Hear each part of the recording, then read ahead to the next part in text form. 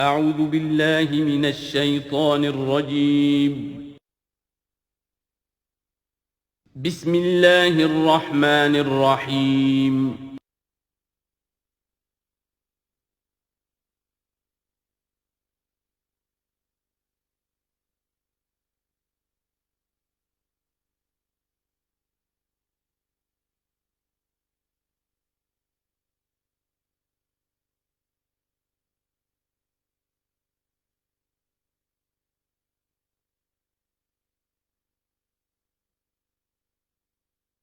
الحمدللہ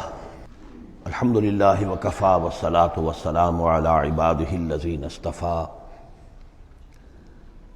خصوصاً علی افضلہم وخاتم النبیین محمد الامین وعلی آلہ وصحبہ اجمعین. اما بعد فقد قال اللہ تبارک وتعالی کما ورد فی سورۃ القصص: اعوذ باللہ من الشیطان الرجیم، بسم اللہ الرحمن الرحیم. ان قارون کان من قوم موسیٰ فبغى علیہم وآتیناہ من الکنوز ما ان مفاتحہ لتنوء بالعصبة اولي القوة اذ قال له قومه لا تفرح ان اللہ لا يحب الفرحین وابتغ فیما آتاک اللہ الدار الآخرة ولا تنس نصیبک من الدنیا وأحسن كما أحسن اللہ إلیک ولا تبغ الفساد فی الأرض ان اللہ لا يحب المفسدین. صدق اللہ العظیم. اب آگے چلیے، سورہ قصص کے آخری یہ دو رکوع ہیں، جن میں سے پہلے رکوع میں ایک کردار کا ذکر ہو رہا ہے، قارون. اور میں آپ کو بتا چکا ہوں کہ یہ کردار جو ہے اسے بھی ایک فرد نہ سمجھیے، بلکہ یہ کہ جو بھی کوئی حکمران قوم ہوتی ہے وہ اپنی غلام قوم کے اندر اس طرح کے کردار باقاعدہ پیدا کرتی ہے، جس کو کہ کہا تھا ملکہ سبا نے کہ ان الملوک اذا دخلوا قریۃ جعلوا عزت اہلھا اذلہ. اور اس کا ایک نتیجہ یہ نکلتا ہے کہ جو گھٹیا لوگ ہوتے ہیں، بے غیرت لوگ ہوتے ہیں، اپنی قوم کے ساتھ غداری کرتے ہیں، انہیں پھر وہاں خطابات دیے جاتے ہیں، نوازا جاتا ہے، ان کے اونچے منصب ہوتے ہیں، آنریڈی مجسٹریٹ بنا دیے گئے ہیں، فلاں ہو گئے ہیں. یہ سب کون تھے؟ یہ انگریزوں نے در حقیقت ہندوستان میں اپنی جو حکومت کو مضبوط کرنے کے لیے یہ ایک طبقہ جو ہے ہندوستانیوں میں سے ڈیولپ کیا تھا. اس طبقے کا یہ کردار ہے قارون. اچھا، اس قسم کے لوگوں کو پھر انگریز بڑے بڑے ٹھیکے دیتے تھے. اب آرمی کے سپلائی کے ٹھیکے ہیں تو بڑے بڑے ٹھیکیدار یہی ہوتے تھے، انہی کے پاس سرمایہ ہو جاتے تھے. یہ ساری چیزیں جو ہے ایک دوسرے سے ملی جلی ہوئی ہیں. اسی طرح کا ایک شخص جو ہے یہ قارون تھا اسرائیلی. اور نہ صرف اسرائیلی، حضرت موسیٰ علیہ السلام کا سگا چچازاد بھائی، فرسٹ کزن. لیکن یہ کہ یہ حکومت کے ساتھ فرعون کے دربار میں اس کی رسائی تھی، وہاں اس کی پذیرائی تھی اور وہاں سے اس کو مراعات ملتی تھی. اس نے اتنی دولت سمیٹ لی تھی، جیسے ہمارے ہاں بھی بعض اب جو سیاسی کردار ہیں وہ گویا کہ علامتی بن گئے دولت سمیٹنے میں، تو بے تحاشا دولت اس نے جمع کر لی تھی. اب اس کا کردار سامنے آ رہا ہے. ان قارون کان من قوم موسیٰ، یقیناً قارون جو ہے وہ موسیٰ کی قوم ہی سے تھا. تورات میں اس کا نام قورہ آیا ہے، یعنی قارون کے بجائے قورہ. یہ کوئی تلفظ کا فرق ہو سکتا ہے. فبغى علیہم، اگرچہ موسیٰ کی قوم میں سے تھا لیکن اس نے زیادتی کی، سرکشی کی، شرارت کی اپنی قوم کے خلاف، یعنی غداری کی. وآتیناہ من الکنوز، اور ہم نے اسے اتنے خزانے دیے تھے، ما ان مفاتحہ لتنوء بالعصبة اولي القوة، کہ اس کی کنجیاں اٹھانے کے ضمن میں بڑے طاقتور جوانوں کی ایک جماعت بھی تھک جاتی تھی. یہ ذرا بات سمجھ آج نہیں آئے گی کہ آخر اتنی وہ کنجیاں کتنی ہوتی ہوں گی. تو اصل میں یہ کنجیاں جو تالے ہیں ہمارے جس طرح کے، یہ تو اب ایجاد ہوئی ہے. پچھلے زمانے میں کیا ہوتا تھا کہ کوئی بڑا سٹور ہے تو اس کے آگے بڑا ایک پھاٹک لگا ہوا ہے، اور اس پھاٹک کے ساتھ جو دروازے کو بند کرنے کے لیے بڑی لمبی لکڑیاں لگائی جاتی تھیں. تو اس طریقے سے وہ جو اڑنگے لگائے جاتے تھے اسی سے وہ پھر دروازے جو ہے بند ہوتے تھے. تو اس طرح کی کوئی شے ہوگی، ورنہ جس طرح کے تالے اب ہمارے ہاں ہوتے ہیں اس طرح کے تالے تو اتنے نہیں ہو سکتے کسی بھی معاملے کے. لیکن یہ کہ اس کو اگر ذہن میں رکھیں تو بہرحال اس سے جو مراد ہے وہ یہ کہ دولت بے انتہا اس کے پاس جمع تھی. اذ قال له قومه،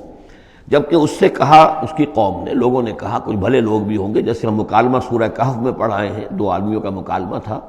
ایک وہ درویش تھا اور وہ عارف باللہ تھا، اللہ پر ایمان رکھنے والا تھا، اور ایک وہ تھا کہ جو دولت میں مست ہو گیا تھا، مال مست تھا۔ تو وہاں کچھ لوگوں نے جو اچھے لوگ ہوں گے ان سے کہا، اس سے قارون سے، لا تفرح ان اللہ لا يحب الفرحین۔ یہ ذرا یہاں پر 5 چیزیں جو آ رہی ہیں گنتے جائیے کہ ایسے لوگ جن کے پاس بہت سی دولت جمع ہو گئی ہو ان کو ان 4-5 چیزوں کو پیش نظر رکھنا چاہیے۔ سب سے پہلے یہ کہ لا تفرح ان اللہ لا يحب الفرح، اس پر اتراؤ نہیں، اتراؤ مت، اللہ تعالیٰ کو اترانے والے پسند نہیں۔ نمبر 2، وابتغ فیما آتاک اللہ الدار الآخرہ، جو کچھ اللہ نے تمہیں دولت دی ہے تو اس سے دار الآخرہ حاصل کرنے کی کوشش کرو، اللہ کے لیے خرچ کرو تاکہ آخرت میں تمہیں اس کا اجر و ثواب ملے، تو تم گویا کہ آخرت کو خریدو گے اپنی اس دولت کے عوض۔ ان اللہ اشتری من المؤمنین انفسهم واموالهم بان لهم الجنہ۔ نمبر 3، ولا تنس نصیبک من الدنیا، معلوم ہوتا کہ بخیل بھی بہت تھا کہ وہ اپنے اوپر بھی کچھ خرچ نہیں کرتا تھا، جمع کرنے ہی کے اس کو فکر دامنگیر رہتی تھی۔ اور مت بھولو خود اپنا حصہ بھی دنیا میں سے، جیسے کہ ہم نے سورہ اعراف میں پڑھا تھا کہ قل من حرم زینۃ اللہ التی اخرج لعبادہ والطیبات من الرزق، اگر اللہ نے کسی کو کچھ دیا ہے تو پھر وہ اچھا کھائے، اچھا پہنے، اس میں کس نے حرام کیا ہے؟ کوئی رہبانیت کا انداز تو نہیں ہے۔ اور یہ بھی ہم پڑھ چکے ہیں سورہ الفرقان میں کہ وہ اللہ کے جو نیک بندے ہیں عباد الرحمن، ان کے اوصاف میں سے ہے والذین اذا انفقوا لم یسرفوا ولم یقتروا، وہ لوگ کہ جو خرچ کرتے ہیں تو نہ تو اسراف کرتے ہیں لیکن اس کے ساتھ ہی بخل سے بھی کام نہیں لیتے۔ تو یہ بخیلی مت کرو، اور اس جو دولت تمہیں اللہ نے دی ہے اس سے کم اپنی ذات پر بھی خرچ کرو، اچھا کھاؤ، اچھا پہنو۔ چوتھی چیز، وَأَحْسِن كَمَا أَحْسَنَ اللَّهُ إِلَيْكَ، اور لوگوں پر احسان کرو، لوگوں کے ساتھ بھلائی کرو جیسے اللہ نے تمہارے ساتھ بھلائی کی ہے۔ اللہ نے تمہیں دولت دی ہے تو جو بھی تمہاری قوم کے یا اور دوسرے لوگ بھی ہوں، اس میں تو کوئی علیحدہ تخصیص نہیں ہے، غریبوں کا، محتاجوں کا، مسکینوں کا، ان کا جو حق ہے، وفی اموالہم حق معلوم للسائل والمحروم، تو اس میں سے یہ ہے کہ اللہ نے تم پر احسان کیا ہے، یہ دولت دی ہے تو تم لوگوں کے ساتھ احسان کرو۔ اور 5ویں بات، ولا تبغی الفساد فی الارض، زمین میں فساد مت مچاؤ۔ اب یہ کیا مراد ہے؟ فساد کون سا مچا رہا تھا؟ وہ نبی تھے اس وقت کے حضرت موسیٰ علیہ السلام۔ حضرت موسیٰ علیہ السلام اپنے کار نبوت و فرائض رسالت کی ادائیگی میں پوری طریقے سے لگے ہوئے ہیں، اور کچھ لوگ ان کے ساتھ دے رہے ہیں، ان کا ہاتھ بٹا رہے ہیں۔ اب کچھ لوگ اس کام میں جب اڑنگا ڈالیں گے تو گویا کہ یہ فساد فی الارض ہے۔ اللہ تعالیٰ جو خیر چاہتا ہے موسیٰ کے ذریعے سے وجود میں آئے، اب اگر آپ موسیٰ کی مخالفت کریں گے، اس کی اسکیموں کو ناکام کرنے کی کوشش کریں گے، یہ وہی بات ہے جو منافقین کے بارے میں سورہ بقرہ کے دوسرے رکوع میں آ چکی ہے۔ وَإِذَا قِيلَ لَهُمْ لَا تُفْسِدُوا فِي الْأَرْضِ قَالُوا إِنَّمَا نَحْنُ مُصْلِحُونَ أَلَا إِنَّهُمْ هُمُ الْمُفْسِدُونَ وَلَٰكِن لَا يَشْعُرُونَ۔ جب ان سے کہا جاتا ہے کہ تم زمین میں فساد یہی تھا کہ ایک جماعت ہے، ایک تحریک ہے، اس کا ایک نظم ہے، اس نظم کے خلاف تم ریشہ دوانیاں کر رہے ہو، اور اگر اس کی اسکیموں کو فیل کرنے کی کوشش کر رہے ہو تو گویا کہ جو اصلاحی عمل ہے، جو انقلاب برپا کرنے کے لیے جد و جہد ہو رہی ہے، اس کو نقصان پہنچا رہے ہو۔ ان اللہ لا يحب المفسدین، اللہ کو ایسے مفسد پسند نہیں ہے۔ تو یہ 5 چیزیں گن لیجئے۔ نمبر 1، لا تفرح ان اللہ لا يحب الفرحین۔ نمبر 2، وابتغ فیما آتاک اللہ الدار الآخرہ، جو کچھ اللہ نے دیا ہے اس سے آخرت کا گھر حاصل کرنے کی کوشش کرو، یعنی انفاق فی سبیل اللہ کی راہ میں صرف کرنا۔ نمبر 3، ولا تنس نصیبک من الدنیا، خود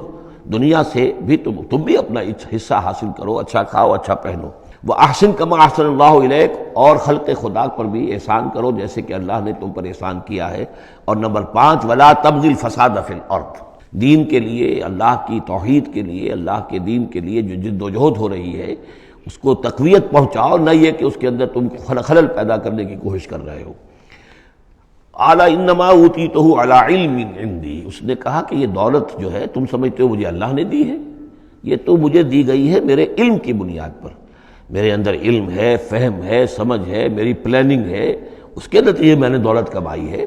یہ ہے در حقیقت ایک مادہ پرست انسان کا، جو ایک زر پرست اور مادہ پرست انسان جو ہے وہ سمجھتا ہے میری صلاحیت،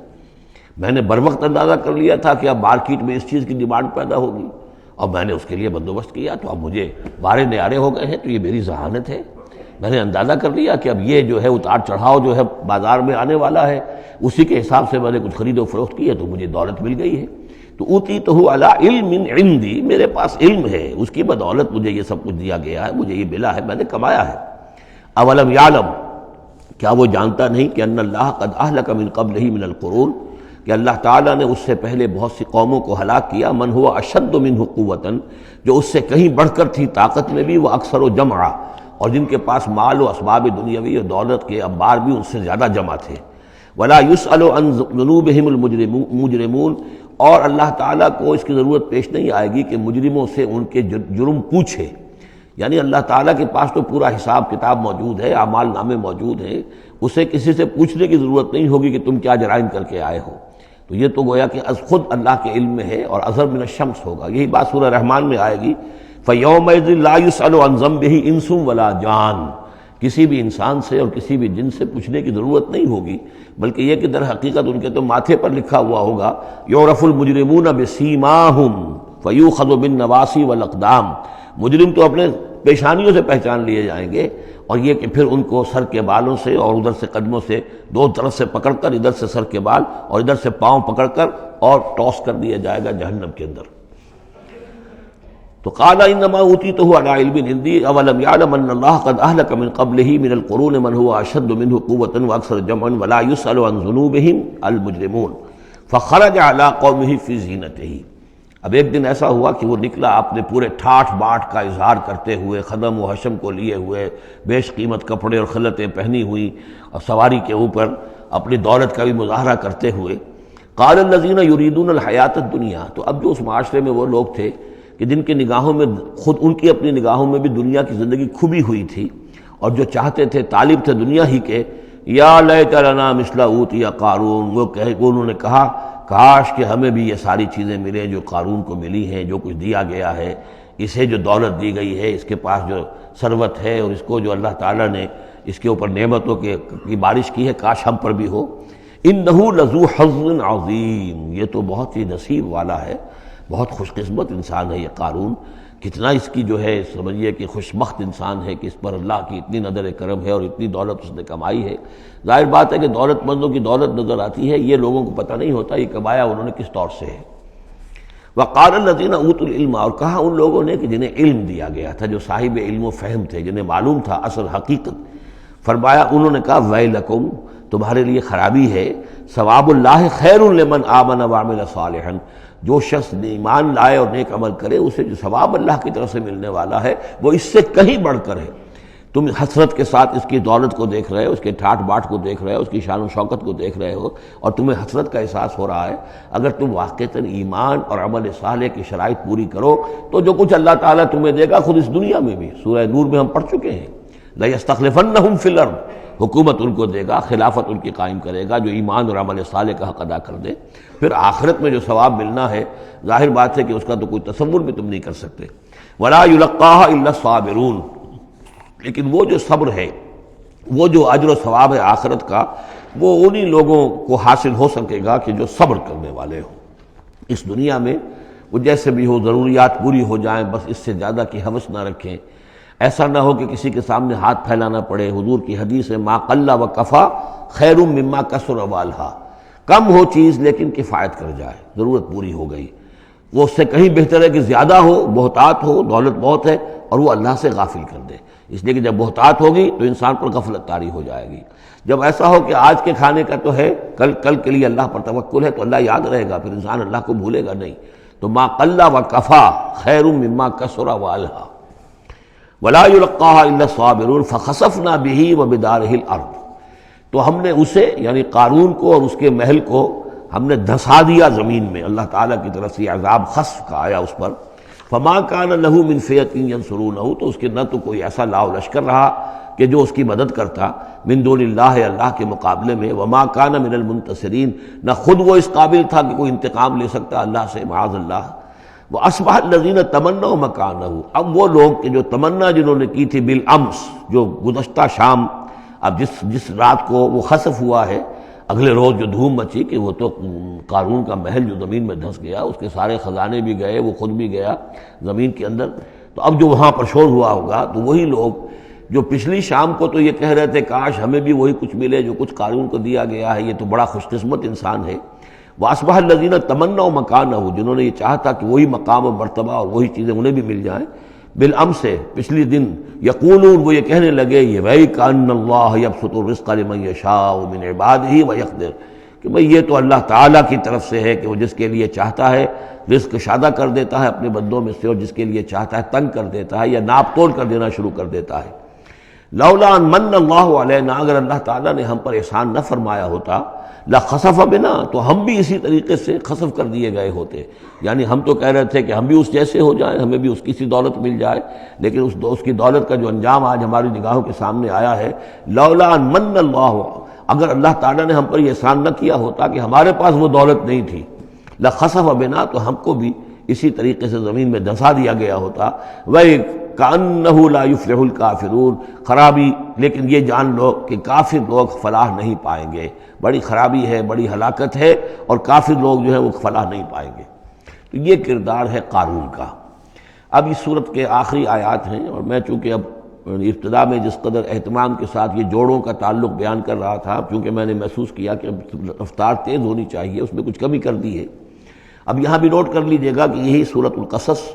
اور اس سے پہلے سورۃ النمل، ان کے درمیان کیا کیا مشابہتیں ہیں، خاص طور پر اس آخری آیات میں۔ فرمایا تلک الدار الآخرۃ نجعلھا للذین لا یریدون علوا فی الارض ولا فسادا، یہ جو آخرت کا گھر ہے یہ ہم نے ریزرو کیا ہے ان لوگوں کے لیے کہ جو زمین میں اپنی بڑائی، اپنا اقتدار نہیں چاہتے، اپنی بلندی نہیں چاہتے اور نہ فساد چاہتے۔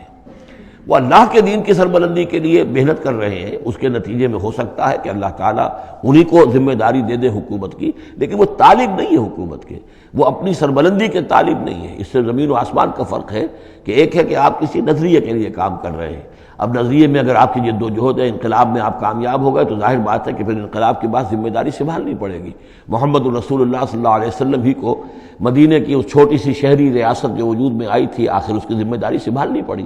حالانکہ آپ خدا نہ خواستہ کوئی اقتدار کے طالب یا اقتدار کے بھوکے تو نہیں ہو سکتے تھے، لیکن یہ ہے کہ طلب جو ہے وہ اللہ جانتا ہے دل میں کس کے طلب ہے۔ اگر کوئی ذاتی طور پر اقتدار کا خواہاں ہے اور چاہتا ہے کہ میرا نام اونچا ہو جائے اور مجھے اختیار مل جائے اور میرا اقتدار ہو، تو وہ شخص اللہ تعالیٰ کے ہاں ڈسکوالیفائی ہو جاتا ہے۔ یہ پھر اللہ کے گھر کے لیے نہیں ہے۔ اللہ کا گھر جو ہے تلک الدار الآخرہ، یہ تو ہم نے رکھا ہوا ہے خاص طور پر مخصوص کر کے، ریزرو کر کے، للذین لا یریدون علوا فی الارض، جو زمین میں اپنے اقتدار کے خواہاں نہیں ہیں، ولا فسادہ، نہ زمین میں فساد بچانا چاہتے ہیں، والعاقبۃ للمتقین، اور عاقبت یعنی پچھلا گھر جو ہے، عاقبت کی پچھلی زندگی جو ہے یقیناً یہ اہل تقویٰ کے لیے، اس کی بھلائیاں، اس کے محاسن، اس کا عیش اور آرام، وہ اللہ تعالیٰ نے اپنے متقی بندوں کے لیے خاص کیا ہے۔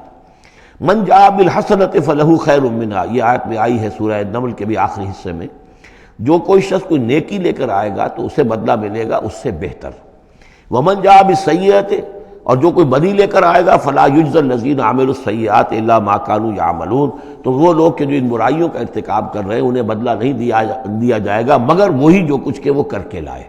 مطلب یہ کہ اللہ تعالیٰ کی طرف سے اضافہ نہیں ہوگا، جتنے جرم کیے ہیں اتنی ہی سزا، لیکن اہل ایمان اور اہل صلاح جو ہیں ان کی نیکیوں میں اللہ تعالیٰ 10 گنا دے، 700 گنا دے، اس سے بھی بڑھا دے، یضاعف لمن یشاء، تو یہ اللہ تعالیٰ کی مرضی ہے، جتنا چاہتا ہے دیتا، خیر منہا، بہرحال جو کچھ کر کے لے جاؤ گے اس سے بہتر ملے گا۔ لا یجزی الذین عملوا السیئات الا ما كانوا یعملون، انہیں وہی کچھ ملے گا جو کچھ کہ وہ عمل کر کے لائے تھے۔ ان الذی فرض علیک القرآن لرادک الی معاد، سورہ نمل میں آیا تھا کہ مجھے وَأُمِرْتُ أَنْ أَتْلُوَ الْقُرْآنَ، مجھے تو حکم دیا گیا میں قرآن سناتا رہوں، قرآن پڑھ کر تمہارے سامنے میں قرآن کے ذریعے سے انذار اور تبشیر اور قرآن کی تبلیغ اور قرآن کے ذریعے سے تذکیر اور قرآن کے ذریعے سے تمہارے جو نفسیاتی اور روحانی روگ ہیں ان کی شفا کے لیے میں کوشش کرتا رہوں، میرا کام تو یہ ہے۔ ان اتلو القرآن، مجھے حکم دیا گیا میں قرآن کی تلاوت کرتا رہوں، تلاوت پڑھ کر قرآن تمہیں سناتا رہوں۔ اب یہاں اسی کو تعبیر کیا، ان الذی فرض علیک القرآن، اے نبی جس ہستی نے آپ پر اس قرآن کی ذمہ داری ڈال دی ہے، اس کی تبلیغ آپ کے لیے فرض تھی، جیسے کہ ہم سورہ مائدہ میں آج پڑھا ہے، یا ایھا الرسول بلغ ما انزل الیک من ربک وان لم تفعل فما بلغت رسالتہ، اس قرآن کی تبلیغ کرنا آپ پر فرض ہے۔ اور جیسا کہ میں آپ کو بتا چکا ہوں، پھر آپ نے امت کے حوالے کر دی کہ اب امت کے فرض ہے، فَلْيُبَلِّغِ الشَّاهِدُ الْغَائِبَ، فَلْيُبَلِّغ یہ فعل امر ہے، اب لازم ہے کہ وہ پہنچائیں جو یہاں ہیں ان کو، جو یہاں نہیں ہیں۔ اس طریقے سے یوں سمجھیے کہ ایک سلسلہ جو ہے وہ شروع کر دیا گیا۔ لیکن یہاں فرمایا جا رہا ہے نبی ان الذی فرض علیک القرآن، جس ہستی نے آپ پر یہ قرآن فرض کیا ہے، جس ہستی نے آپ پر قرآن کی ذمہ داری عائد کی ہے، یہی ذمہ داری اصل میں پھر جو ہم میں سے ہر ایک پر آتی ہے وہی ہے جو میرے کتابچے میں نے وضاحت کے ساتھ بیان کی ہے کہ وہ 5 ذمہ داریاں ہیں۔ اللہ قرآن پر ایمان جیسا کہ ایمان کا حق ہے، قرآن کی تلاوت جیسے کہ تلاوت کا حق ہے، قرآن کو سمجھنا جیسے کہ سمجھنے کا حق ہے، قرآن پر عمل جیسے کہ عمل کا حق ہے، پھر قرآن کی تبلیغ، قرآن کو عام کرنا۔ ان الذی فرض علیک القرآن رادک الی معاد، وہ یقین آپ کو لوٹا لے جائے گی وہ ہستی، وہ اللہ جس نے آپ پر یہ قرآن کی ذمہ داری ڈالی ہے، تبلیغ قرآن کا فریضہ آپ کے کاندھوں پر رکھا ہے، وہ یقیناً آپ کو پہنچائے گا بہت اچھی جگہ لوٹنے کی۔ معاد عاد یعود سے اس میں ظرف ہے، لوٹنا، لوٹنے کی جگہ۔ اب معاد سے مراد آخرت عام طور پر ہے، ایمان بالرسالت، ایمان باللہ، ایمان بالمعاد، ایمان بالآخرہ کو ایمان بالمعاد بھی کہا جاتا ہے۔ لیکن اس کے بارے میں بعض روایات ایسی ملتی ہیں کہ اس کا شان نزول یہ ہے کہ حضور صلی اللہ علیہ وسلم جب ہجرت کے سفر پر نکلے ہیں مکے سے، تو جو عام راستہ تھا اس سے ہٹ کر آپ نے، چونکہ اندیشہ تھا اور واقعہ تھا کہ تعاقب ہو رہا تھا، تلاش کیا جا رہا تھا، 3 دن رات تو آپ غار ثور میں روپوش رہے، پھر آپ نے ایک بڑا ہی سخت راستہ اختیار کیا تھا کہ جو پہاڑی راستہ تھا جو گزر رہا تھا، جس پر کہ کوئی انسان جاتا نہیں تھا۔ لیکن کچھ آگے چل کر وہ راستہ جو ہے وہ پھر اس مین راستے سے جا کر مل گیا۔ یوں سمجھیے یہ راستہ جا رہا تھا مین، کہ جو مکے سے مدینے کا تھا، حضور نے ایک اور راستہ اختیار کیا، لیکن کچھ عرصے کے بعد وہ راستہ جا کر اس راستے کے ساتھ مل گیا۔ جہاں ملا، اب آپ خود سوچئے کہ وہاں ایک ایسی سچویشن آ گئی کہ حضور ایک ٹی پر کھڑے ہوئے ہیں، اب داہنی طرف جاتے ہیں تو مدینہ ہے اور بائیں طرف جاتے ہیں تو مکہ ہے۔ اس وقت حضور کے دل میں ایک ہوک سی اٹھی ہے، اس لیے کہ جب آپ مکے سے روانہ ہوئے تھے تب بھی روایات میں آیا ہے کہ آپ کعبے سے لپٹ کر آپ نے یہ کہا تھا کہ اے بیت اللہ، مجھے تجھ سے بڑی محبت ہے، لیکن میں کیا کروں، یہاں کے لوگ مجھے یہاں رہنے نہیں دے رہے۔ تو گویا کہ کعبے سے یہ جدائی تو آپ پر شاہ گزر رہی تھی۔ اب جب وہ آپ چند دن کا سفر کر کے اور چند دن وہ غار ثور میں روپوش ہونے کے بعد جب پہنچے ہیں، اب ایسی جگہ پہنچے کہ جہاں سے اگر دائنی طرف جاتے ہیں تو یہ مدینے کی طرف راستہ جا رہا، جانا تو آپ کو ادھر ہی ہے، لیکن سامنے وہ راستہ آ گیا کہ جو مکے کی طرف جا رہا، تو آپ کے دل میں ایک ہوک سی اٹھی۔ اس وقت اللہ تعالیٰ نے آپ کے اطمینان کے لیے یہ آیت نازل کی کہ آپ گھبرائیے نہیں، مکے میں ہم آپ کو لوٹا کے لے آئیں گے، آپ یہیں پہنچیں گے، بڑی شان سے پہنچیں گے۔ اس وقت تو آپ کو نکلنے کے لیے جو ہے روپوش بھی ہونا پڑا ہے، آپ کا تعاقب بھی ہو رہا ہے، پھر وقت آئے گا کہ آپ ایک فاتح کی حیثیت سے داخل ہوں گے۔ تو یہ بھی اس کی ایک روایت چونکہ ہے تو یہ مفہوم بھی اس میں نکل سکتا ہے، لیکن عام طور پر یہ ہے، اس سے مراد میرے نزدیک یہی ہے کہ آپ کے لیے جیسے کہ سورۃ الضحیٰ میں کہا گیا ہے وَلَلْآخِرَةُ خَيْرٌ لَكَ مِنَ الْأُولَىٰ، اے نبی آپ کے لیے آخرت جو ہے اس دنیا سے کہیں بہتر ہے، لہذا آپ کے لیے تو یوں سمجھیے کہ جو اللہ لوٹا کر آپ کو لے جائے گا معاد میں، تو وہ معاد آپ کے لیے معادن، یہ گویا کہ یہ تفخیم کے لیے ہے نکرہ، بہت عمدہ جگہ لوٹانے کی، جس کے لیے یہ بھی کہا گیا عسیٰ ان یبعثک ربک مقاما محمودا، وہاں پر جو آپ کو مقام ملنا ہے مقام محمود، اور جو جنت حضور کی ہوگی جس کا کیا تصور کوئی کر سکتا ہے، تو ادھر اشارہ ہے۔ ان الذی فرض علیک القرآن رادک الی معاد قل ربی اعلم من جاء بالہدی، کہہ دیجئے کہ میرا رب خوب جانتا ہے کہ کون ہدایت لے کر آیا، کون راہ کی سوجھ لے کر آیا، کون ہدایت لے کر آیا، ومن هو فی ضلال مبین، اور کون وہ ہے کہ جو کھلی گمراہی میں پڑا ہوا ہے۔ وما کنت ترجو ان یلقی الیک الکتاب، اور اے نبی آپ کو تو کوئی توقع نہیں تھی کہ آپ کو کتاب دی جائے گی، کتاب القا کی جائے گی۔ یہی بات آئی ہے سورہ نمل کے اندر بھی وَإِنَّكَ لَتُلَقَّى الْقُرْآنَ مِن لَّدُنْ حَكِيمٍ حَلِيمٍ، یہ قرآن تو آپ کو دیا گیا ہے، ایسا نہیں ہے کہ آپ متوقع تھے، آپ چاہتے تھے، آپ کو چلہ کشی کر رہے تھے کہ کوئی مجھے بھی کوئی روحانیت حاصل ہو جائے اور کوئی غیب کی میں تعلیم غیب کی معلومات حاصل کر لوں، معاذ اللہ آپ کا تو مزاج ہی وہ نہیں تھا۔ ایک بہت ہی یوں سمجھیے شریف انسان اور ایک شریف تاجر، اسی لیے حضور نے فرمایا تاجر الصدوق الامین مع النبیین والصدیقین والشہداء، وہ تاجر کو بالکل سچا ہو، جھوٹ کی آمیزش نہ ہونے دے،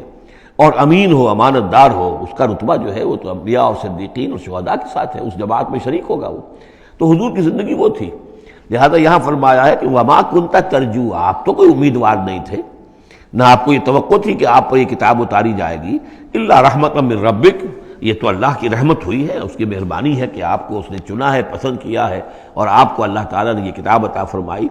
فلا تکونن ظہیرا للکافرین، تو اب آپ کافروں کے پشت پناہ نہ بنے۔ اس میں اشارہ ہو رہا ہے اصل میں، جیسے کہ ہم پڑھ چکے ہیں سورہ نساء کے اندر کہ اے مسلمانوں، گویا کہ یہ بات کہی گئی تھی کہ تم اپنی عصبیت اور قبائلی عصبیت کی وجہ سے، تمہارا ایک شخص ہے، منافق ہے، اس نے وہ چوری بھی کی تھی، اب تم اس کی پشت پناہی کر رہے ہو اور سارا کا سارا الزام یہودی پر ڈالنا چاہ رہے ہو، تو یہ عصبیت جاہلیت ہے۔ یہاں ذکر کیا جا رہا ہے فلا تکونن ظہیرا للکافرین۔ اب ظاہر بات ہے کہ حضور جب مکے میں دعوت دے رہے ہیں تو اب رشتے جو ہیں وہ کٹ رہے ہیں، گویا کہ ابو لہب سگا چچا ہے لیکن دشمنی کی انتہا کیے ہوئے ہیں۔ تو یہ جو آپ نے فرمایا، اب آپ اپنے رشتوں کو ان کافرین کے ساتھ، اب آپ اپنے تعلقات کو کوئی اہمیت نہ دیں، ان کے ساتھ کسی عصبیت کا کوئی اگر اثر کہیں ہو بھی، کہیں اگر کوئی یعنی بہت ہی ادنا سا خفیف سا بھی شائبہ اگر دل میں ہو تو اس کو بھی آپ نکال دیجئے۔ یہی لفظ کہے تھے حضرت موسیٰ علیہ السلام نے جب وہ قبطی مارا گیا تھا ان کے ہاتھوں، کہ جب اللہ تعالیٰ نے توبہ قبول کر لی کہ میں کبھی بھی ابھی کسی کافر کا اور کسی ایسے شخص کا، میں ظالم کا ظہیر نہیں بنوں گا، پشت پناہ نہیں بنوں گا، تو وہی حکم حضور کو دیا جا رہا ہے۔ وَلَا يَصُدَّنَّكَ عَنْ آيَاتِ اللَّهِ بَعْدَ إِذْ أُنزِلَتْ إِلَيْكَ، یہ اسی سورہ مبارکہ میں یہ آیت نمبر 17 تھی یہ۔ وَلَا يَصُدُّنَّكَ عَنْ آيَاتِ اللَّهِ بَعْدَ إِذْ أُنزِلَتْ إِلَيْكَ، اور نہ آپ کو برگشتہ کر سکیں، روک سکیں، آپ کے رخ کو موڑ دیں اللہ کی آیات سے، بعد اذ انزلت الیک، جبکہ وہ آپ پر نازل کر دی گئیں، ودعو الی ربک، یعنی یہ آپ کے کنبے والے، قبیلے والے، آپ کے یہ قریش جو ہے، جو آپ ہی کے قبیلے کے لوگ ہیں، اگر آپ ان کے ساتھ کوئی اپنا بھائی چارہ رکھیں گے اور کوئی ان کے ساتھ تعلق قلبی جو ہے استوار رکھنے کی کوشش کریں گے، اگر کسی درجے میں بھی یہ قبائلیت جو ہے آپ کے اندر رہی تو یہ روک دیں گے پھر آپ کو، یہ تو پھر اس سے استعمال کریں گے اور اس کی بنا پر جو ہے وہ پریشرائز کرنے میں آپ کو کامیاب ہو جائیں گے کہ وہ آپ کو قرآن مجید کی جو آیات آپ پر نازل ہو رہی ہیں ان سے برگشتہ کر دیں۔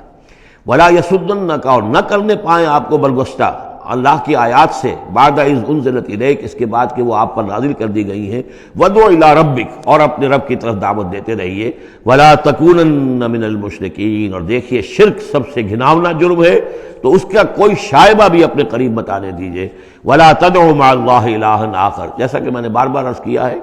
اس میں خطاب تو ہوتا ہے بظاہر حضور سے واحد کے صیغے میں، لیکن یہ کہ یہ خطاب صرف حضور سے نہیں ہے بلکہ اصلاً اس کے مخاطب مسلمان ہیں، حضور کے وساطت سے۔ وَلَا تَدْعُ مَعَ اللَّهِ إِلَٰهًا آخر، اور مت کسی کو پکارو اللہ کے ساتھ کسی اور الہ کو، لا الہ الا ہو، اس کے سوا کوئی معبود نہیں ہے، کل شیء ہالک الا وجہہ، ہر شے فنا میں ہے یا فنا ہو جائے گی سوائے اس کا چہرہ۔ اب یہ کہ اللہ کا چہرہ کون سا ہے، اور یہ کہ اگر اللہ کا چہرہ جو ہے صرف اس کے لیے فنا نہیں تو کیا اللہ کے لیے کوئی باقی اعضاء بھی ہیں، ان کے لیے فنا ہے؟ معاذ اللہ ثم معاذ اللہ۔ یہ آیات جیسا کہ میں نے عرض کیا کہ اللہ کی ذات سے متعلق ہوں، عالم برزخ سے متعلق ہوں، عالم غیب اور عالم آخرہ کی، ان کے بارے میں بس جتنا کچھ بتا دیا ہے اس کے اوپر اکتفا کی جائے، اس سے آگے منطق کے حوالے سے اس کا جو ہے لازم اور ملزوم کے ایک ایک قدم بڑھاتے نہ جائیں، تو اس میں یہ ہے کہ انسان جو پھر غلط راستے پر پڑ جائے گا۔ العجز عن درک ذات ادراکہ، حضرت ابوبکر صدیق نے فرمایا تھا اللہ تعالیٰ کی ذات تو وہ ہے کہ جب انسان یہ سمجھ لے کہ میں اس کی ذات کو نہیں سمجھ سکتا، بس یہی ادراک ہے، یہی معرفت ہے کہ اللہ کی ذات جو ہے وراء الورا ثم وراء الورا ثم وراء الورا۔ یہ الفاظ شیخ احمد سرہندی، جن کو ہم مجدد الفسانی رحمۃ اللہ علیہ کے نام سے جانتے ہیں، وہ اپنے خطوط میں مکاتیب میں انہوں نے بار بار یہ الفاظ کہے، ذات باری تعالیٰ وراء الورا ثم وراء الورا ثم وراء الورا، اس کا کوئی تصور کسی انسان کے لیے ممکن نہیں ہے۔ لیکن یہ کہ ہر شے ہلاک ہو جانے والی ہے سوائے اللہ کے چہرے کے۔ ظاہر بات ہے کہ ہر شے کے لیے فنا ہے، اور یہاں پہ اکثر لوگوں نے پھر اس منہ سے مراد لیا پوری ہستی، جیسے کہ ہم بھی کسی کے منہ دیکھو کہ یہ کام کر رہا ہے تو گویا کہ کسی کے لیے، کسی کے رضا جوئی کے لیے کر رہا ہے، تو اس اعتبار سے گویا کہ ذات باری تعالیٰ تو ہے کہ جو ہمیشہ قائم رہنے والی ہے، اور یہاں اس کے چہرے سے مراد اس کی پوری ذات ہے۔ باقی جو کچھ ہے، اب جو ہمارے ہاں صوفیہ ہیں جو وحدت وجود کے قائل ہیں، وہ تو اب بھی سمجھتے ہیں کہ باقی جو کچھ ہے وہ ہے ہی نہیں، معدوم کے درجے میں ہے، اس کی کوئی حقیقت نہیں ہے۔ کل ما فی الکون وہم او خیال او وقوس فی المرایا او ظلال، جو بھی کچھ اس کائنات کے اندر ہے اللہ کی ذات کے سوا یا تو وہ وہم ہے کل ما فی الکون وہم اور خیال اور عکوس فی المرایا، یا جیسے کہ شیشوں میں عکس نظر آتے ہیں، آئینہ قد آدم ہے، آپ اس کے سامنے کھڑے ہیں تو آپ پیچھے بھی نظر آ رہے ہیں، اس کے ہے تو نہیں آپ وہاں، جو جیسے کہ شیشے میں عکس ہوتا ہے کہ اس کا وجود کوئی نہیں، اسی طریقے سے یہ کائنات جو ہے اپنی اصل کے اعتبار سے معدوم کے درجے میں ہے۔ اور پھر یہ کہ یہ بھی ہمارا عقیدہ ہے کہ ہر شے فنا ہو جائے گی۔ لہ الحکم، اسی کے لیے ہے اختیار، بادشاہی، حکومت، وَإِلَيْهِ تُرْجَعُونَ، اور اسی کی طرف تم لوٹا دیے جاؤ گے۔ یہاں یہ 4 صورتیں جو تھیں اس سورہ اس گروپ کی، وہ میں نے عرض کیا تھا کہ 4 ایک مزاج کی ہیں، اور اب جو 4 ہیں وہ ایک مزاج کی ہیں، اور یہ چاروں اب شروع جو ہو رہی ہیں وہ الف لام میم سے ہو رہی ہیں۔ ان میں سب سے پہلی سورۃ العنکبوت، بسم اللہ الرحمن الرحیم، الف لام میم، احسب الناس ان یترکوا ان یقولوا آمنا وهم لا یفتنون، صدق اللہ العظیم۔ یہ صورت مبارکہ اچھی طرح نوٹ کر لیجئے کہ تقریباً تعین کے ساتھ ہم کہہ سکتے ہیں کہ یہ سن 5 نبوی میں نازل ہوئی ہے، اور صورت اس وقت یہ ہو چکی تھی مکے کے اندر کہ مسلمانوں کو ہر طرح سے ستایا جا رہا تھا۔ 3 سال تک تو یہ ہوا ہے، حضور نے جب اپنی دعوت کا آغاز کیا تو پہلے 3 سال تو یہ ہے کہ کوئی زیادہ الارم محسوس نہیں کیا، خطرہ محسوس نہیں کیا مکے والوں نے، بلکہ انہوں نے کوشش یہ کی کہ چٹکیوں میں اڑا دیں۔ استہزاء ہے، تمسخر ہے، شاعر ہے، ساحر ہے، یہ ہے وہ ہے، جو بھی کہہ کر کہ جیسے کہ ول جو ہوتی ہے کسی کی، اگر یہ ان کی جو ول ہے اس کو کل کر دیا جائے تو اگر یہ بددل ہو کر بیٹھ جائیں محمد تو یہ سارا معاملہ خود ہی ختم ہو جائے گا۔ جو داعی ہے، جو لیڈر ہے، اگر اس کی جو قوت ارادی ہے اسے کسی طرح ختم کر دیا جائے تو استہزاء سے، تمسخر سے، یہ پرسیکیوشن جو تھی وربل تھی، زبانی۔ لیکن جب انہوں نے دیکھا کہ یہ دعوت تو بڑھ رہی ہے، اور سب سے بڑھ کر یہ ہے کہ ہمارے غلاموں کے طبقے میں سے لوگ ان کے پاس آ گئے ہیں اور ایمان لے آئے ہیں، اور ہمارے نوجوان ان کے گرویدہ ہو گئے ہیں، ہمارے نوجوان ان کے پر ایمان لے آئے ہیں، اور اونچے گھرانوں کے نوجوان، مصعب بن عمیر آ گیا ہے، اور عثمان ابن عفان آ گیا ہے رضی اللہ تعالیٰ عنہما، اور فلاں آ گئے ہیں، سعد بن ابی وقاص آ گیا، وہ بھی نوجوان تھے، یہ جو اس طرح کے اونچے گھرانوں کے لوگ آ گئے ہیں۔ تب انہوں نے پھر فیصلہ کیا کہ اب ان کو سزا دی جائے، انہیں مارا جائے، انہیں گھروں میں بند رکھا جائے، اور خاص طور پر جو غلام تھے بیچارے، جن کے کوئی وہاں حقوق تھے ہی نہیں۔ غلام تو اپنے آقا کی ملکیت ہوتا تھا، وہ اگر آقا اپنے غلام کو قتل بھی کر دے تو اس پر کوئی جرم نہیں، اس لیے کہ ایسے ہی ہے جیسے کہ آپ کی بکری تھی، جب تک آپ نے چاہا گھر میں اپنے باندھے رکھا، اس کا دودھ پیا، جب آپ نے چاہا اس کو ذبح کیا اور گوشت کھا لیا، تو اس میں آپ کو کون پوچھے گا کہ یہ بکری کیوں ذبح کی تم نے؟ بھائی بکری میری ملکیت تھی۔ اسی طریقے سے غلام کو تو جو چاہے وہ کر سکتے تھے، جس طرح چاہیں ستائیں، ماریں، ہلاک کر دیں، کوئی ان پر مقدمہ قائم نہیں ہو سکتا، ایسا اس لیے کہ وہ اس کی ملکیت تھے۔ تو سب سے زیادہ شدید معاملہ جو ہوا ہے وہ غلاموں کے ساتھ ہوا، حضرت بلال رضی اللہ تعالیٰ عنہ، حضرت ابو فقیر رضی اللہ تعالیٰ عنہ۔ پھر یہ کہ کچھ اور لوگ وہاں پر ایسے تھے جو حلیف کی حیثیت سے رہتے تھے، وہ قرشی نہیں تھے، غلام بھی نہیں تھے لیکن قرشی بھی نہیں تھے، لیکن یہ کہ مکے میں ان کا قیام تھا کسی قرشی کے امان، اس سے امان لے کر، اس کے حلیف کی حیثیت سے۔ جیسے یہ آئے تھے جو یاسر رضی اللہ تعالیٰ عنہ، یہ یمن سے آئے تھے، بلکہ ان کے بارے میں یہ معلوم ہوتا ہے کہ انہیں خواب آیا تھا کہ آخری نبی کے ظہور کا وقت ہے، کیونکہ یمن میں عیسائی تھے اور وہاں چرچا موجود تھا ان چیزوں کا۔ اس حوالے سے ان کے علم میں جب یہ بات آئی اور انہیں اندازہ ہوا کہ اس علاقے میں نبی کا ظہور ہونا ہے تو وہ یہاں آ گئے، اور ابو جہل کا ایک چچا تھا، وہ شریف انسان تھا، اس کا حلیف بن کر اور اس کی زیر کفالت انہوں نے مکے میں رہنا شروع کر دیا، اور اسی کی یہ لونڈی تھی حضرت سمیہ رضی اللہ تعالی عنہ۔ تو جو آقا تھا ابو جہل کا چچا، اس کی اجازت سے حضرت سمیہ سے نکاح کر لیا، اور اللہ نے ان کو بیٹا دیا جس کا نام عمار ہے۔ تو عمار اور ان کے والد یاسر اور والدہ عمار کی اور یاسر کی اہلیہ یہ سمیہ، یہ 3 کا خاندان تھا۔ وہ جو چچا تھا ابو جہل کا، اس کا انتقال ہو گیا، اب گویا کہ اس خاندان کی سربراہی ابو جہل کے ہاتھ میں ہے، تو اس نے ان 3 پر جو بھی تشدد کیا ہے سب سے زیادہ، 2 کو تو اس ٹارچر کے ذریعے سے، اور ٹارچر کے پھر آخری نتیجے میں ان کو دونوں کو شہید کر دیا، حضرت یاسر کو بھی اور حضرت سمیہ کو بھی رضی اللہ تعالیٰ عنہما۔ اور عمار نے بمشکل جو ہے جان بچائی، اپنے ایک کلمہ کفر کہہ کر پھر انہوں نے جان بچا لی، اور پھر اس پر پچھتائے بھی بہت کہ یہ میں نے کلمہ کفر کیوں کہا، لیکن قرآن مجید میں یہ بات واضح کر دی گئی کہ صرف جان بچانے کے لیے کلمہ کفر انسان کہہ دے اور اس کا دل جو ہے وہ مطمئن ہو ایمان کے اوپر، تو اللہ تعالیٰ معاف فرمانے والا ہے۔ بہرحال یہ جو تشدد ہو رہا تھا شدید، انہی میں سے ایک ہے خباب بن الارت رضی اللہ تعالیٰ عنہ۔ یہ لوہار کا کام کرتے تھے، یہ بھی کوئی اونچے گھرانے کے آدمی نہیں تھے۔ ان کے ساتھ بھی پھر جو کچھ کیا گیا ہے، ان کے ساتھ وہ واقعہ پیش آیا کہ دہکتے ہوئے انگارے جو ہیں وہ لٹائے، زمین کے اوپر بچھائے گئے، انہیں بلایا گیا، اتارو اپنا کرتا اتار دیا، اب لیٹ جاؤ ان کے اوپر، ننگی پیٹھ کے بل وہ بہتے ہوئے انگاروں پر لٹا دیے گئے۔ پھر یہ کہ اسی انگاروں سے ان کی کھال جو ہے وہ جلی اور پیٹھ کی چربی پگھلی، اس سے وہ انگارے جو ہیں وہ ٹھنڈے ہوئے۔ تو یہ صورتحال تھا۔ تو وہ حضرت عمار جو ہیں خباب بن الارت رضی اللہ عنہ وہ راوی ہیں کہ جب ہم پر یہ شدت اتنی ایسی ہو گئی کہ ناقابل برداشت ہو گئی تو ہم پھر حضور کی خدمت میں حاضر ہوئے، اور حضور اس وقت جو ہے خانہ کعبہ کے ایک دیوار کے سائے میں ذرا کہ ایک طرف کو سایہ تھا، تو آپ نے اپنی ایک چادر جو ہے اس کا تکیہ بنایا ہوا تھا اور آپ استراحت فرما رہے تھے۔ تو ہم گئے، ہم نے کہا کہ اے اللہ کے رسول، کیا آپ ہمارے لیے دعا نہیں کرتے، ہمارے لیے اللہ کو نہیں پکارتے؟ ہمارے لیے اب یہ چیزیں ناقابل برداشت ہو رہی ہیں، کب تک ہم جھیلیں گے، کب تک برداشت کریں گے؟ لیکن یہ کہ وہ کہتے ہیں کہ حضور کو یہ ناگوار گزرا، آپ اٹھ کر بیٹھ گئے اور آپ نے فرمایا خدا کی قسم تم جلدی مچا رہے ہو، ابھی تو تم پر وہ چیزیں آئی ہی نہیں ہیں جو تم سے پہلوں پر آئی تھیں۔ ان کے ساتھ تو یہ بھی ہوتا تھا کہ ایک شخص کو لا کر آدھا زمین میں گاڑ دیتے تھے اور باقی جسم جو آدھا اس کا ہوتا تھا زمین سے باہر، تو سر کے اوپر آرا رکھ کر چیرنا شروع کر دیتے تھے اور پورے جسم کو 2 حصوں میں بانٹ دیتے تھے، یہ بھی ہوتا تھا۔ زندہ آگ میں جلا دیتے تھے، یہ بھی ہوتا تھا۔ تو تم جلدی کر رہے ہو، خدا کی قسم وہ دن تو آئے گا کہ ایک سوار صنعا سے حضرت موت تک جائے گا اور اس سے سوائے اللہ کی کسی کا خوف نہیں ہوگا، لیکن بہرحال تمہیں صبر کرنا ہوگا۔ وہ انداز ہے اس رکوع کا۔ یہ جو پہلا رکوع ہے سورہ عنکبوت کا، یہ گویا کہ ایک تحریک اور ایک دعوت، اور انقلابی تحریک ہو، انقلابی دعوت ہو، اس میں جو آزمائشیں آتی ہیں، تکلیفیں آتی ہیں، مصائب آتے ہیں، ظاہر بات ہے لوگوں کو قربانیاں دینی پڑیں گی تبھی کوئی کام ہوگا، بغیر اس کے تو نہیں ہوتا۔ اور جب تصادم کا مرحلہ شروع ہو جائے، جب یہ ہے کہ ایک جو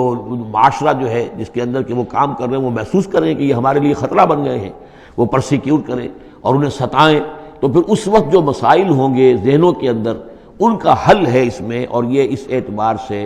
ضربۃ السلام ہے پورے قرآن مجید میں، اس موضوع کے اعتبار سے یہ چوٹی ہے۔ جیسے کہ میں نے آپ کو حدیث سنائی لکل شیء ضربۃ یا کل شیء سنام، ہر شے کی ایک چوٹی ہوتی ہے، وسنام القرآن سورۃ البقرہ، قرآن کی بحیثیت مجموعی چوٹی وہ تو سورہ بقرہ ہے۔ لیکن یہ کہ قرآن حکیم میں مختلف جو مضامین کے اعتبار سے جیسا کہ میں نوٹ کراتا آیا ہوں کہ اس موضوع پر یہ آیت یہ گویا کہ ذروۂ سنام ہے، یہ رکوع جو ہے یہ اس موضوع پر ذروۂ سنام ہے قرآن مجید کا، اس کا کلائمیکس ہے، اس کی چوٹی ہے۔ الف لام میم احسب الناس ان یترکوا ان یقولوا آمنا وهم لا یفتنون، کیا لوگوں نے یہ سمجھا تھا کہ وہ چھوڑ دیے جائیں گے صرف یہ کہنے سے کہ ہم ایمان لے آئے اور انہیں آزمایا نہ جائے گا؟ اب دیکھ رہے ہیں، اب وہی تیکھا انداز ہے، اظہار ناراضگی ہے، اظہار خفگی ہے، اس لیے کہ تم سے پہلے جو کچھ ہوا ہے۔ اب یہ 3 آیتیں میں آپ کو نوٹ کرا چکا ہوں۔ سورہ بقرہ کی آیت نمبر 214،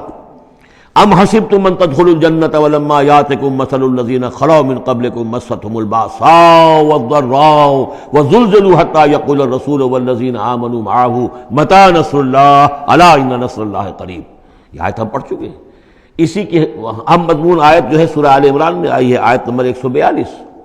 اسی کی ہم مضمون آیت آ چکی ہے سورہ توبہ میں، آیت نمبر 16۔ لیکن یہ کہ یہ مکی قرآن میں یہ آیت ہے، یہ ہے جڑ اور بنیاد، جو ہے کہ اس کا ظہور جو ہو رہا ہے، پھر یوں سمجھیے کہ یہ کلی کھلی ہے تو 3 اس کی جو پتیاں نمایاں ہوئی ہیں اس آیت کی، وہ سورہ بقرہ، سورہ آل عمران اور سورہ توبہ میں ہے۔ حسب الناس، اور ناس کہا ہے، یہ بھی نہیں کہ اہل ایمان کو یہ غلط فہمی ہو گئی تھی، یہ بھی ایک طرح سے عتاب کا انداز ہے، اللہ تعالیٰ ناراضگی کا اظہار کر رہے ہیں، تم جلدی مچا رہے ہو۔ احسب الناس ان یترکوا ان یقولوا آمنا وهم لا یفتنون، کیا لوگوں نے یہ سمجھا تھا کہ وہ یہ کہنے سے جنت میں داخل ہو جائیں گے، چھوڑ دیے جائیں گے کہ وہ ہم ایمان لے آئے، انہیں آزمایا نہ جائے گا؟ وَلَقَدْ فَتَنَّا الَّذِينَ مِن قَبْلِهِمْ، ہم نے تو جو بھی ان سے پہلے تھے ان کو بھی آزمایا ہے، ہر ایک کو آزمایا۔ آزمائش کے بغیر ہم نہیں کسی کے ایمان کو تسلیم کرتے۔ فَلَيَعْلَمَنَّ اللَّهُ الَّذِينَ صَدَقُوا وَلَيَعْلَمَنَّ الْكَاذِبِينَ، تو اللہ تعالیٰ تو ظاہر کر کے رہے گا، لفظی ترجمہ تو ہوگا اللہ جان کر رہے گا، لیکن اللہ تعالیٰ کا علم تو قدیم ہے، جو کچھ ان کے دلوں میں اللہ جانتا ہے، لیکن اللہ ظاہر کر دے گا کہ کون کتنے پانی میں ہے، کون منافق ہے، کون ضعیف الایمان ہے، کون قوی الایمان ہے، کون صادق الایمان ہے، کون جو ہے جھوٹ موٹ کا مومن بنا ہوا ہے، کون وہ دودھ پینے والا مجنو ہے اور کون واقعتاً جانثار مجنو ہے۔ یہ سب کچھ پتہ چلتا ہے آزمائشوں سے، اور ہم نے تو آزمایا ہے ان کو بھی جو ان سے پہلے تھے، تو لازماً اللہ واضح کر کے رہے گا، مبرہن کر دے گا ان کو بھی کہ جو سچے ہیں، اور وہ یقیناً واضح کر دے گا، نمایاں کر دے گا ان کو بھی جو جھوٹے ہیں۔ اب اس کے ساتھ ہی دیکھیے اس میں جو عجیب آپ کو بات ملے گی اس رکوع میں، یہ 2 آیتیں آئی ہیں، کیونکہ ایک آیت تو حروف مقطعات پر تھی، یہ 2 آیتیں آئی ہیں۔ اس میں تو ڈانٹ، ایک طرح کی ڈانٹ پڑ گئی ہے صحابہ کرام کے اوپر جنہوں نے ذرا سا بھی شکوہ کیا تھا، لیکن اب 2 آیتوں میں اس کی دلجوئی ہے ان کی، یعنی یہ کہ ایک طرف ترغیب ہے تو ترغیب بھی ہے، جیسے کوئی شفیق استاد ہوتا ہے کبھی کسی وقت ڈانٹتا بھی ہے، کوئی گھرکی بھی دیتا ہے، کوئی جھڑکی بھی دیتا ہے، کسی وقت مارتا بھی ہے، سزا بھی دیتا ہے، پھر لیکن کسی وقت پھر یہ کہ حوصلہ افزائی بھی کرتا ہے، تھپکی بھی دیتا ہے، پیٹھ پر ہاتھ رکھتا ہے۔ تو اس طریقے سے یہ اللہ تعالیٰ کا معاملہ اپنے بندوں کے ساتھ اسی طرح ہے، جیسے کہ حدیث میں آیا خلق و عیال اللہ، مخلوق جو ہے اللہ تعالیٰ کے لیے اس کے کنبے کی حیثیت رکھتی ہے۔ تو 2 آیتیں جو آئی ہیں وہ تو گویا کہ ایک طرح سے سرزنش کی اور اظہار ناراضگی، اظہار خفگی۔ اب 2 آیتیں دیکھیے، ام حسب الذین یعملون السیئات ان یسبقونا، کیا سمجھا ہے، گمان کیا ان لوگوں نے جو یہ برے کام کر رہے ہیں، یہ اشارہ ہے اب ابو جہل جو مار رہا ہے، حضرت یاسر کو مار رہا ہے، حضرت سمیہ کو مار رہا ہے، ٹارچر کر رہا ہے، یا جو بھی امیہ ابن خلف ہے جو حضرت بلال کے ساتھ وہ سختیاں کر رہا ہے، گلے میں رسی ڈال کر، اور جو جانوروں کی لاشیں ہوتی ہیں ان کے طریقے سے گھسیٹا جا رہا ہے مکے کی گلیوں کے اندر، اور بڑی تپتی ہوئی جو ہے گلیاں ہیں اور اوپر سورج آگ برسا رہا ہے، اور سیدھا لٹا دیا گیا ہے انہیں ننگے پیٹھ، اور پھر اوپر ایک بھاری پتھر بھی رکھ دیا گیا۔ لوگ یہ حرکتیں کر رہے ہیں، کیا ان کا یہ گمان ہے کہ وہ ہماری پکڑ سے بچ جائیں گے؟ اب یہ بات ان کی طرف آئی تو گویا کہ اہل ایمان کے لیے ایک دل جوئی اور تشفی، ان کے زخموں پر مرہم رکھا جا رہا ہے کہ یہ نہ سمجھو کہ یہ بچے رہیں گے، ایک وقت آئے گا۔ چنانچہ خود حضرت بلال رضی اللہ تعالیٰ عنہ نے غزوہ بدر میں امیہ ابن خلف جو ان کا آقا تھا اسے قتل کیا ہے، حالانکہ حضرت عبد الرحمن ابن عوف نے کوشش کی، اس کے ساتھ کچھ ان کے تعلقات تھے پرانے، اس کی بنا پر اس کو بچانے کی کوشش کی کہ تاکہ اسے قید کر لیں، قتل نہ ہونے دیں، قیدی ہو جائے تاکہ پھر یہ کہ وہ فدیہ دے کر چھوٹ سکے، لیکن حضرت بلال کو جو غصہ تھا اس پر، تو وہ پورا غصہ انہوں نے اس وقت اتارا ہے۔ اور یہی بات میں کہا کرتا ہوں کہ جو مکے میں 12 برس کہا گیا کہ ذرا اپنے ہاتھ روکے رکھو،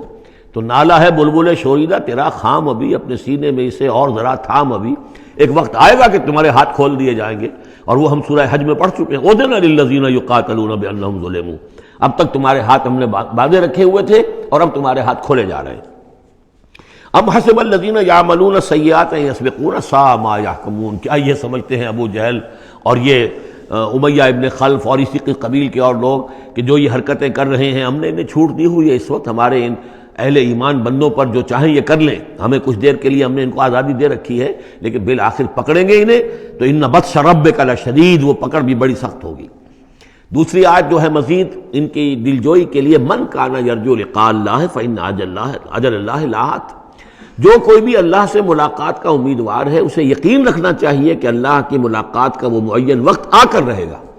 یعنی اے بلال اور اے ابو فقیہ اور اے خباب، تمہیں کہیں یہ گمان نہ ہو، شیطان یہ وسوسہ نہ کہیں تمہارے دلوں میں ڈالے اور تمہیں پریشان کرے کہ پتہ نہیں آخرت ہونی بھی ہے کہ نہیں ہونی ہے۔ جیسا کہ میں نے عرض کیا تھا کہ دنیا نقد ہے، آخرت ادھار ہے۔ اب آپ نے جان مال تو ساری یہاں دینی ہے، دنیا میں دینی ہے، جنت ملے گی آخرت میں، تو جو شیطان وسوسہ اندازی کرتا ہے نو نقد نہ تیرا ادھار، یہ ادھار کی دنیا جو معاملہ ہے، سودا ادھار کی جنت ہے یہ، اور تم دنیا کے اندر اپنا سب کچھ لٹا رہے ہو، تو ایسا نہ ہو، تمہیں یقین رکھنا چاہیے کہ وہ وقت آ کر رہے گا اور اللہ تعالیٰ تمہاری ان تمام ایثار اور قربانی کی جو تم دے رہے ہو اس کے دین کے لیے، اس کی توحید کے لیے، اس کا بھرپور تمہیں صلہ دے گا۔ وَهُوَ السَّمِيعُ الْعَلِيمُ، وہ سب کچھ سننے والا ہے اور سب کچھ جاننے والا ہے، اس کی نگاہ سے کوئی چیز پوشیدہ نہیں ہے۔ وَمَنْ جَاهَدَ فَإِنَّمَا يُجَاهِدُ نَفْسَهُ، اب پھر ایک ذرا تھوڑے سے سرزنش کی آیت بھی آ گئی، 2 آئی تھی سرزنش کے انداز میں، 2 دلجوئی کے انداز میں، اب پھر سرزنش کا انداز ہے، وہ کیا ہے؟ وَمَنْ جَاهَدَ فَإِنَّمَا يُجَاهِدُ لِنَفْسِهِ، دیکھو اگر تم کوئی قربانیاں دے رہے ہو، تکلیف اٹھا رہے ہو، ایثار کر رہے ہو، تو جو بھی جہاد کر رہا ہے وہ اپنے لیے کر رہا ہے، وہ ہمارے اوپر احسان نہ سمجھے۔ اللہ تعالیٰ کی شان اس سے بہت اونچی ہے، یہ ہم سورہ حجرات میں جا کر پڑھیں گے، یمنون علیک ان اسلموا قل لا تمنوا علی اسلامکم بل اللہ یمن علیکم ان ہداکم للایمان، تم اگر اللہ کے لیے، اللہ کے دین کے لیے کچھ کرتے ہو تو نہ احسان سمجھو اللہ پر اور نہ احسان سمجھو اللہ کے رسول پر، اللہ کا احسان ہے کہ اس نے تمہیں قبول کر لیا ہے اور تمہیں یہ ساری کام کرنے کی توفیق وہ دے رہا ہے، یہ احسان مانو۔ منت منہ کی خدمت سلطان ہمیں کو نہیں، اس کا احسان نہ دھرو بادشاہ پر کہ تم خدمت کر رہے ہو بادشاہ کی، منت شناسزو کہ بخدمت بداشتت، اس کا احسان مانو کہ اس نے تمہیں خدمت کا موقع دیا ہے۔ تو اللہ تعالیٰ کا احسان مانو اور یہ نہ سمجھو کہ تم اللہ پر کوئی احسان کر رہے ہو. ومن جاہد فانما یجاہد لنفسہ. اب دیکھ رہے ہیں کہ کس قدر متعلق یہ چیزیں ہیں، انسانی احساسات ہوتے ہیں، اس طرح کے خیالات آتے ہیں. ان اللہ لغنی عن العالمین، اللہ تعالیٰ تو تمام جہانوں سے غنی ہے، اسے کسی کی احتیاج نہیں ہے. والذین آمنوا وعملوا الصالحات، اب ایک آیت آ رہی ہے پھر دل جوئی والی.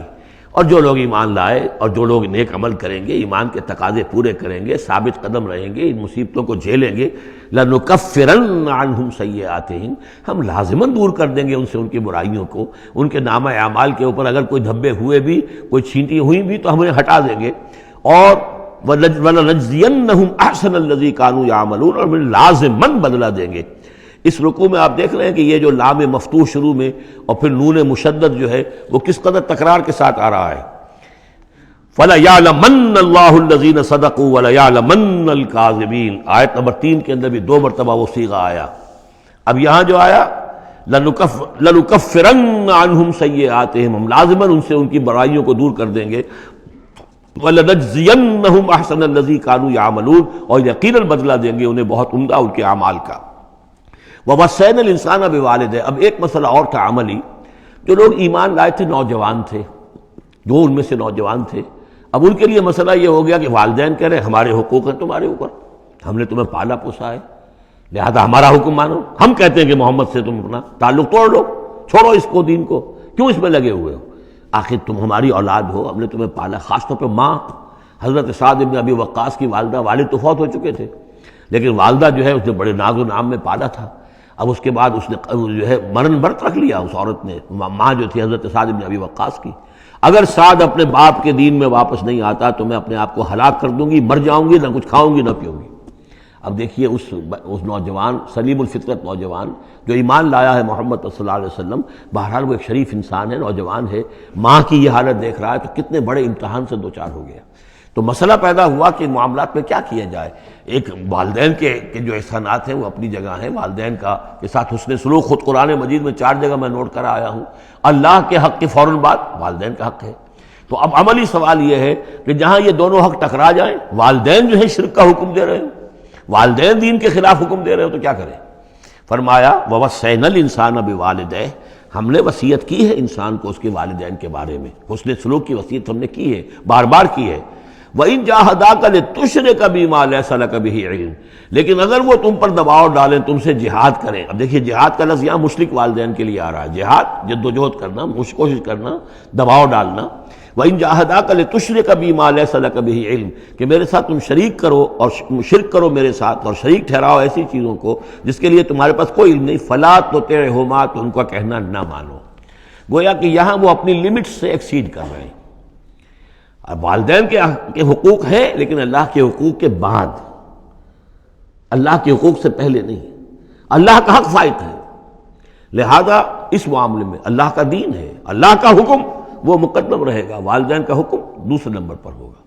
ہاں یہ ہے کہ ایک بندہ جو ہے، ایک نوجوان، وہ یہ ضرور کرے کہ ڈانٹ کر نہ بات کرے، ڈپٹ کر بات نہ کرے، سینہ تان کر نہ کرے، اس طرح کرے جیسے کہ حضرت ابراہیم یا ابتے یا ابتے یا ابتے، وہ ابا جان، امی جان، آپ دیکھیے میرے لیے مجبوری ہے، میں نہیں کر سکتا ہوں، آپ اس معاملے کے اندر مجھ پر جو ہے وہ دباؤ نہ ڈالیں. نرمی کے ساتھ ان میں جس طریقے سے بھی ہو، لیکن یہ ہے کہ ماننا نہیں ہے. یہ بات اور مزید کھل کر آئے گی سورہ لقمان میں. وَإِن جَاهَدَاكَ لِتُشْرِكَ بِمَا لَيْسَ لَكَ بِهِ عِلْمٌ فَلَا تُطِعْهُمَا، تو ان دونوں کا کہنا مت مان. إِلَيَّ مَرْجِعُكُمْ، میری ہی طرف تمہیں لوٹ کر آنا ہے. فَأُنَبِّئُكُم بِمَا كُنتُمْ تَعْمَلُونَ، اور پھر میں تمہیں بتا دوں گا، جتلا دوں گا جو کچھ کہ تم کرتے رہے تھے. اب یہاں بھی ایک مسئلہ پیدا ہوتا ہے کہ یہ لوگ اپنے گھر والوں سے کٹ رہے ہیں، والدین سے کٹ رہے ہیں، بھائی سے جدا ہو رہے ہیں. اب یہ عتبہ ابن ربیعہ جو بہت بڑا سردار تھا، ان کے بڑے بیٹے جو ہے حذیفہ ابن عتبہ، وہ ایمان لے آئے. اور چھوٹا بھائی وہ تھا کہ جو میدان میں گیا، میدان جنگ میں باپ کے ساتھ غزوہ بدر میں، جو پہلے جو 3 جو ہے واصل جہنم ہوئے وہ بھی تھا، ولید بن عتبہ غالباً نام تھا اس کا. تو بھائی سے جدا ہو رہا ہے، رشتہ داروں سے اب کٹ گئے ہیں، والدین سے گھر نکال دیے گئے ہیں. تو اب ان میں جو ان کے دل زخمی ہیں، ان زخمی دلوں پہ مرہم کیا رکھا جا رہا ہے؟ وہ یہ ہے کہ تم صرف کٹے ہی نہیں ہو، جڑے بھی تو ہو. اب تم محمد سے جڑ گئے ہو، اب تم ابو بکر سے جڑ گئے ہو، اب تم یہ جو اہل ایمان کا طبقہ ہے، اب ایک نئی برادری وجود میں آ رہی ہے، یہ تمہارے اصل بھائی ہیں، یہ تمہارے جو دین کے اندر بھائی ہیں، جو نظریاتی بھائی ہیں، جو ہم مقصد بھائی ہیں، یہ ہے تمہارے اصل اب عزیز۔ تو اللہ تعالیٰ نے اگرچہ تمہیں کٹنے کا بھی حکم دے دیا ہے، لیکن یہ کہ اس نے جو تمہارے لیے ایک رفاقت فراہم کی ہے۔ والذین آمنوا وعملوا الصالحات لندخلنہم فی الصالحین، اور یقیناً وہ لوگ جو ایمان لائے اور نیک عمل کرے انہیں داخل کریں گے صالحین میں۔ اور یہ داخلہ دنیا میں بھی ہو گیا، محمد رسول اللہ نے انہیں چھاتی سے لگایا، سینے سے لگایا، اور جیسا کہ 2 دفعہ ہم پڑھ چکے ہیں، حضور کو اللہ تعالیٰ حکم دے رہا ہے کہ آپ ان کے سامنے ذرا اپنے کندھے تواضع، آپ اے محمد آپ تواضع اختیار کیجئے ان کے سامنے، اپنے کندھے جھکائیے۔ وَاخْفِضْ جَنَاحَكَ لِلْمُؤْمِنِينَ، اور وَاخْفِضْ جناحک لمن اتبعک من المؤمنین 2 دفعہ آ چکا، سورہ ہجر میں آ چکا، سورہ طہ میں آ چکا۔ تو گویا کہ یہ اللہ تعالیٰ نے اپنا احسان بتایا، اور پھر آخرت میں اولئک مع الذین انعم اللہ علیہم من النبیین والصدیقین والشہداء والصالحین، ان کی رفاقت حاصل ہوگی۔ اب ایک اور بڑا مسئلہ آ رہا ہے، ومن الناس من یقول آمنا باللہ، لوگوں میں سے کچھ ایسے بھی ہیں جو کہتے ہیں ہم ایمان لے آئے اللہ پر، اور لاتے بھی ہیں خلوص کے ساتھ، اخلاص کے ساتھ، کوئی جھوٹ نہیں، کوئی فریب نہیں۔ ظاہر بات ہے کہ مکے میں کوئی فریب کے لیے کوئی ایمان لانے والا نہیں تھا، وہ تو حالات ایسے پیدا ہوئے مدینے میں آ کر کہ جہاں ایمان کا اعلان فریب کے تحت بھی ہونے لگا، لیکن یہ کہ مکے میں تو ظاہر بات ہے جو ایمان لایا اس کو مار پڑنی شروع ہو گئی، تو اس میں خامخواہ کہے کے لیے کوئی شخص جو ہے وہ جھوٹ موٹ کا ایمان کائے کو لائے گا۔ لیکن یہ ضرور ہوتا ہے کہ کچھ لوگ کم ہمت ہوتے ہیں، جیسا کہ میں بارہا آپ سے عرض کر چکا ہوں، کچھ لوگ باہمت ہوتے ہیں، کچھ کم ہمت ہوتے ہیں۔ باہمت وہ ہے کہ جو ایمان لائے اب ہر چہ بعد حد جو ہو سو ہو، ماں کشتی درا بنداختے، جان جاتی ہے جائے کوئی بات نہیں، جو ہو سو ہو۔ کچھ لوگ ہوتے ہیں جن میں اتنی ہمت نہیں ہوتی، گھبرا اٹھتے ہیں۔ اب ان کو بتایا جا رہا ہے کہ دیکھو اگر تم نے استقامت کا ثبوت اپنا دیا تو اس کا نتیجہ کیا نکلے گا، تمہارا کیا انجام ہوگا۔ اب وہ ذرا ہے کہ اس میں ان کے لیے پھر تحدید ہے۔ ومن الناس، لوگوں میں سے کچھ ایسے بھی ہیں جو کہتے ہیں من یقول آمنا باللہ، ہم اللہ پر ایمان لائے، فَإِذَا أُوذِيَ فِي اللَّهِ، جب اللہ کی راہ میں اللہ کی توحید کو ماننے کی وجہ سے ان کو ایذا پہنچائی جاتی ہے، پرسیکیوٹ کیا جاتا ہے، انہیں ٹارچر کیا جاتا ہے، جعل فتنة الناس كعذاب اللہ، تو وہ لوگوں کی طرف سے ڈالی ہوئی فتنے کو، آزمائش کو، یہ ایسے اس سے گھبرا اٹھتے ہیں جیسے اللہ کے عذاب سے گھبرانا چاہیے۔ کم ہمتی ہے۔ وَلَئِن جَاءَ نَصْرٌ مِّن رَّبِّكَ، اور اے نبی اگر آپ کے رب کی طرف سے مدد آ جائے، صورتحال تبدیل ہو جائے، فتح آپ کو مل جائے، حالات اچھے ہو جائیں، لَيَقُولُنَّ إِنَّا كُنَّا مَعَكُمْ، اس وقت پھر یہ کہیں گے کہ ہم بھی تو آپ کے ساتھ ہی تھے۔ یہ کردار پہلے بھی آ چکا، سورہ بقرہ میں آ چکا، سورہ حج میں آ چکا۔ وَمِنَ النَّاسِ مَن يَعْبُدُ اللَّهَ عَلَىٰ حَرْفٍ فَإِنْ أَصَابَهُ خَيْرٌ اطْمَأَنَّ بِهِ وَإِنْ أَصَابَتْهُ فِتْنَةٌ انقلب عَلَىٰ وَجْهِهِ خَسِرَ الدُّنْيَا وَالْآخِرَةَ۔ وہی کردار پھر یہاں پر آ گیا ہے۔ کوئی کہا کہ ہم ایمان لے آئے، لیکن جب تکلیف آئی، کوئی مصیبت آئی تو ایسے گھبرا گئے جیسے کہ اللہ کے عذاب سے گھبرانا چاہیے، لیکن یہ کہ اس کے بعد اگر نصرت آ جائے تو یہ آپ موجود ہوں گے کہ ہم بھی ساتھی تھے آپ کے۔ اَوَلَيْسَ اللَّهُ بِعَالَمَ بِمَا فِي صُدُورِ الْعَالَمِينَ، تو کیا اللہ بخوبی واقف نہیں ہے اس سے کہ جو لوگوں کے جو تمام جہان والوں کے دلوں کے اندر ہے اور جو ان کے سینوں کے اندر مضمر ہے۔ وَلَيَعْلَمَنَّ اللَّهُ الَّذِينَ آمَنُوا وَلَيَعْلَمَنَّ الْمُنَافِقِينَ، اور یقیناً اللہ ظاہر کر کے رہے گا سچے اہل ایمان کو اور ظاہر کر کے رہے گا منافقین کو۔ گویا کہ یہ شکل جو ہے یوں سمجھیے یہ وہ روگ ہے کہ یہ اگر بڑھ گیا، تم نے ابھی نپ دی ایول ان دی بڈ، ابھی فوری طور پر اس کی اصلاح کر لو، فوری طور پر علاج کر لو۔ ابھی ٹی بی کا تمہیں انفیکشن ہوئی ہے، فرسٹ سٹیج میں ہے، علاج کر لو۔ لیکن اگر کہیں تم نے اس وقت پرواہ نہ کی اس کی اور یہ مرض بڑھ گیا تو یہ منافقت تک لے جائے گا تمہیں، اللہ تعالیٰ پھر کھول دے گا کہ یہ منافقت ہے۔ تو یہ ہے اصل میں پورے مکی قرآن میں یہ ایک جگہ ہے جہاں لفظ منافقین آیا ہے، باقی کردار آیا ہے سورہ حج کے اندر بھی، لیکن وہاں لفظ منافق نہیں ہے۔ وَمِنَ النَّاسِ مَن يَعْبُدُ اللَّهَ عَلَىٰ حَرْفٍ فَإِنْ أَصَابَهُ خَيْرٌ اطْمَأَنَّ بِهِ وَإِنْ أَصَابَتْهُ فِتْنَةٌ انقلب عَلَىٰ وَجْهِهِ خَسِرَ الدُّنْيَا وَالْآخِرَةَ، لیکن یہاں کھول دیا گیا یہ کردار کس کا ہے، یہ تو پھر منافقت سے۔ وَلَيَعْلَمَنَّ اللَّهُ الَّذِينَ آمَنُوا وَلَيَعْلَمَنَّ الْمُنَافِقِينَ۔ اب ایک اور تیسرا پرابلم ہے، یہ 3 پرابلم یہاں پر ٹیکل کیے گئے ہیں۔ وہ نوجوان جن کے والدین ان کے اوپر دباؤ ڈال رہے تھے، یا وہ کم ہمت لوگ جو ان ایذاؤں سے گھبرا رہے تھے، اور تیسرا یہ ہے کہ کچھ بزرگ لوگ بڑے مخلصانہ انداز میں آ کر کہتے ہیں نوجوانوں سے، کہاں اپنے برباد کر رہے ہو، کیریئر برباد کر رہے ہو، اچھے بھلے تعلیم حاصل کر رہے تھے، تم جا رہے تم کس کام میں پڑ گئے ہو، اب تمہاری تعلیم اس درجے کی نہیں رہی ہے، تمہارا کاروبار اچھا جا رہا تھا، کیریئر تھا، تمہارا پروفیشن بہت چمک رہا تھا، اور تم اس کام میں پڑ گئے ہو۔ دیکھو یہ تو ایک شخص نے تمہیں ورگلا دیا.